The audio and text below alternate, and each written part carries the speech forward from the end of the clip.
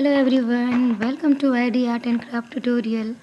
पिछले वीडियो में मैंने आपको कहा था कि कैसे हरितालिका तीज की पूजन की विधि की जाती है।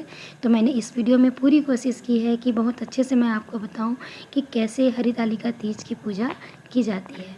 तो आइए चलिए देखते हैं कि कैसे हम पूजा स्टार्ट करें।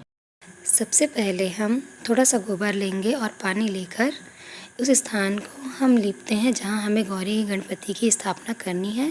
पानी में मैंने थोड़े गंगाजल मिलाया था और मैं यहाँ चौक पूर रही हूँ। हमारे छत्तीसगढ़ में इसे चौक पूरना कहते हैं। फ्रेंड्स, आप देख सकते हैं कि कैसे मैं चौक पूर रही हूँ। तो आप भी ऐसा ज़रूर बनाइए। इस चौक को बनाने के लिए मैंने चावल आटे का प्रयोग किया है। फ्रेंड्स, मैंने पिछले वीडियो में बताया है कि घर में हम शिवलिंग कैसे बनाएं। मिट्टी से मैंने वो शिवलिंग बनाया है। तो अगर आप सीखना चाहते हैं कि शिवलिंग कैसे बनाएं तो मेरे वीडियोस में जाके आप देख सकते हैं कि कैसे शिवलिंग बनाएं और आप ज़रूर उसे बनाएं घर पर।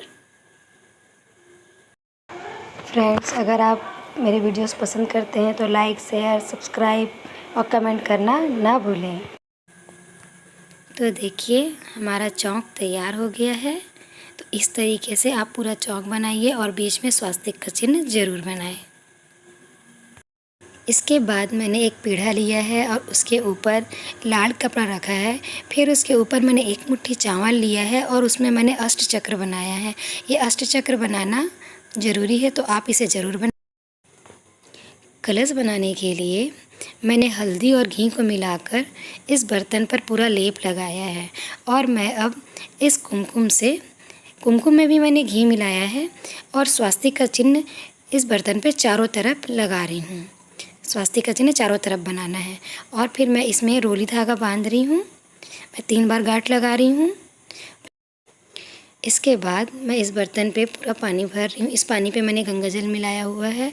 अब मैं पीला चावल, 1 रुपये का सिक्का, सुपारी और हल्दी का गांठ डाला हुआ है उसमें। फिर इसमें मैं आम के पत्ते लिए हैं। ये आम के पत्ते 7 हैं, आप 5 या 7 ले सकते हैं। इसके बाद मैंने एक कटोरी में चावल लिया है और इस तरीके से मैं इसकी स्थापना वहाँ अष्टचक्र के ऊपर कर दूँगी। इसके ऊपर मैंने दिया लिया है और इसमें मैंने पूरा शुद्ध घी डाला हुआ है। इसके बाद ये सुहाग का सामान है। इसमें मैंने बिछिया लिया है, आलता है, काजल है, मेहंदी है, बिंदी है, सिंदूर है, नेल पॉलिश है, चूड़ी है। आप और भी अपनी मर्ज़ी से इसमें चढ़ा सकते हैं। और फिर मैंने ये पूजा की सामान है, नारियल है, इसमें पूरे टीका चंदन है। ये पीला चंदन लिया है मैंने और पीली चावल ली है गौरी गणेश को चढ़ाने के लिए। और ये जनेऊ है जो भगवान शिव को पहनाएंगे हम।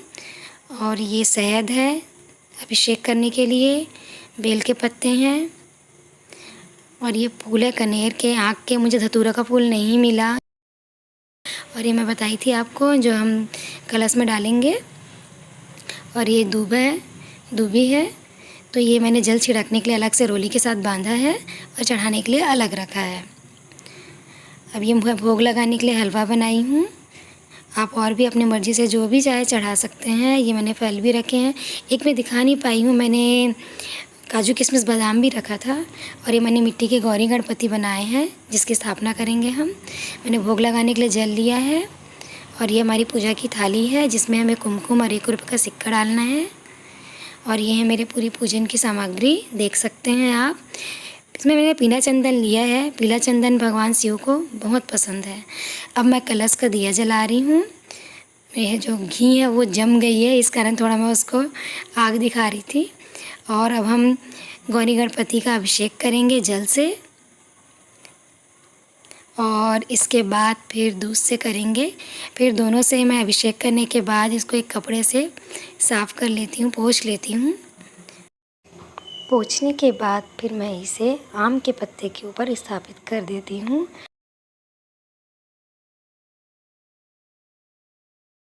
अब मैं भगवान गौरी गणपति को वस्त्र पहनाऊँगी। तो वस्त्र के लिए मैंने रुई को हल्दी में डुबा के रखा था। ये है उनके वस्त्र। अब मैं उन्हें पहना दूँगी इस तरीके से और फिर मैं इसे कलश के सामने स्थापित कर दूँगी।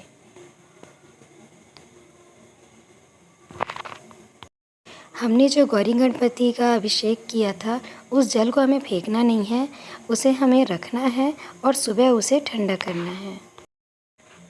वीडियो में आप देख रहे हैं कि शिव जी के पूरे परिवार का फ़ोटो है मेरे पास। ये बहुत ही अच्छा है, बहुत कम मिलता है ये फ़ोटो। तो मैंने सबसे पहले दूबी से उन्हें भी जल समर्पित किया है और उसके बाद फिर मैं गौरी गणपति को चंदन लगा रही हूँ। चंदन के बाद मैंने कुमकुम लगाया है, सिंदूर लगाया है। ये गौरी गणपति को लगता है, शिव जी को सिंदूर नहीं लगता, इसीलिए मैंने उनको चंदन और गुलाल लगाया है। बाकी गौरी माँ को, गणपति और कार्तिकेय जी को मैंने सिंदूर भी लगाया है। और फिर मैं अब गौरी गणपति को पीला चावल पूरा दूबी चढ़ा रही हूँ, गौरी माता को भी, गणेश भगवान को भी। अब हम शिव जी की जल से अभिषेक करेंगे। जल से अभिषेक करने के बाद हम फिर दूध से अभिषेक करेंगे और दूध डालने के बाद फिर से हम इनको जल से साफ़ करते हैं। अब जितने बार भी अभिषेक करते हैं जल से, उसके बाद आप साफ़ ज़रूर कीजिए। दही से अभिषेक कर रही हूँ। दही से अभिषेक करने के बाद मैं जल से फिर साफ़ करूँगी। इसके बाद मैं शहद ले रही हूँ। अगर आपके पास शहद नहीं है तो आप शक्कर भी भगवान शिव पर अर्पित कर सकते हैं। यहाँ आप देख रहे हैं मैंने शहद डाला है और शहद को मैं शिवलिंग पर पूरा लगा रही हूँ और फिर मैं इसे साफ़ करूँगी। इसके बाद फिर मैं इसमें घी लगा रही हूँ। घी को भी पूरे शिवलिंग पर चारों तरफ लगाना है अच्छे से। आप देख रहे हैं मैं किस तरीके से लगा रही हूँ। और इसके बाद फिर से मुझे इसे जल से साफ़ करना है, तो मैं जल डालकर फिर साफ़ करूँगी। तो इस तरीके से हम अभिषेक शिव जी का करते हैं। इसके बाद मैं जो थाली में अभिषेक किए हैं उस पानी को निकालना भूल गई हूँ। आप ज़रूर निकाल लीजिएगा। मैं पूजा में इतनी व्यस्त हो गई हूँ कि मैं उसे निकालना भूल गई हूँ, तो आप उसे निकाल के अलग बर्तन में रख लीजिए। इसके बाद आप देखिए कि मैं शिव जी को जनेऊ पहनाई हूँ। अब मैं पीला चंदन उन्हें लगा रही हूँ। पीला चंदन आप इसी तरीके से लगाएं। इसके बाद मैं गुलाल लगाऊंगी भगवान शिव को। देख सकते हैं आप, जहाँ से जल विसर्जित होता है लिंग से, उस स्थान को पार्वती जी माना जाता है, इसीलिए मैं उस स्थान पर कुमकुम भी लगाई हूँ। इसके बाद हमको बेलपत्ती, फूल और सफ़ेद चावल चढ़ाना है। बेलपत्ती की संख्या आप 5, 7, 11 ले सकते हैं। यहाँ मैंने 11 बेलपत्ती लिया है, तो मैंने आग के फूल और कनेर के फूल को यह चढ़ाया है। और बेलपत्ती को हमको पलट के चढ़ाना है, सीधा नहीं चढ़ाना है, जिस तरीके से मैंने चढ़ाया है। और सफ़ेद चावल आप लें। शिव जी पर पीला चावल नहीं चढ़ता, सफ़ेद चावल चढ़ता है, तो आप शिव जी पर पीला चावल न चढ़ाएं, सफ़ेद चावल चढ़ाएं। अब मैंने इसमें दूबी चढ़ाया है। प्रणाम कर रही हूँ। हमारे मोहल्ले की और भी महिलाएं आई थी हमारे घर पूजा करने, तो उनके द्वारा भी शिव जी का अभिषेक किया गया, पूजा की गई। आप देख सकते हैं। अब ये हमारी सासू माँ आ गई पूजा करने के लिए। माँ ने भी पूरे विधि से पूरा पूजा किया।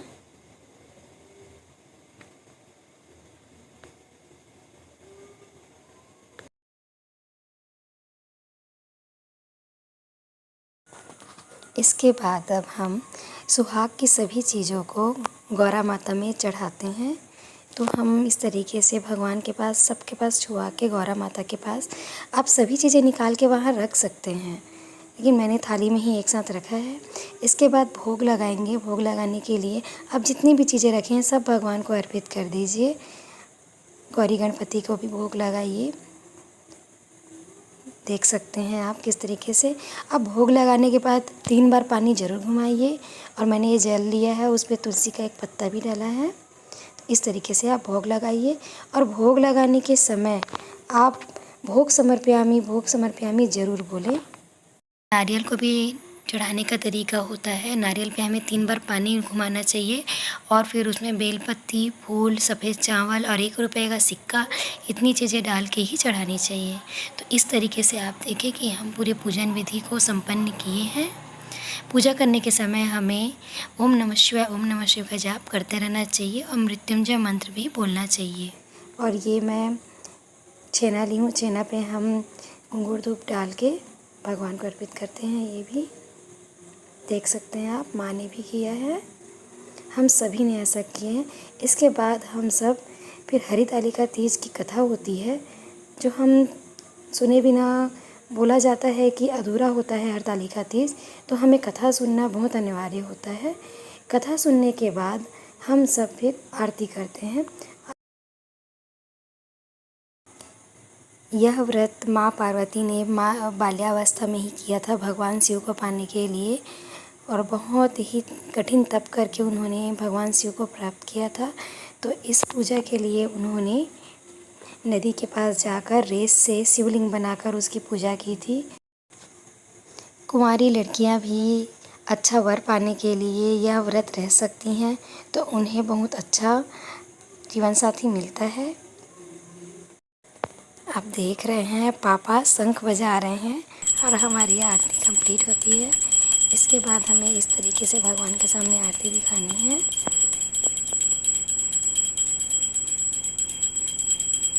और फिर हमें भगवान शिव के सामने, पार्वती के सामने माथा टेकना है।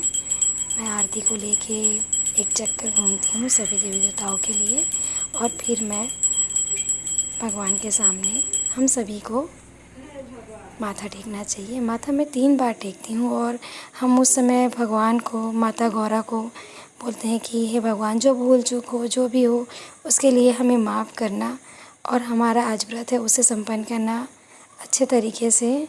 बस ऐसे हमें भगवान से प्रार्थना करना है। फ्रेंड्स, मैं उम्मीद करती हूँ कि आपको यह पूजन विधि अच्छी लगी होगी, समझ में आई होगी। आप सभी को मेरी तरफ से हरियाली तीज की बहुत सारी शुभकामनाएँ। हर हर महादेव।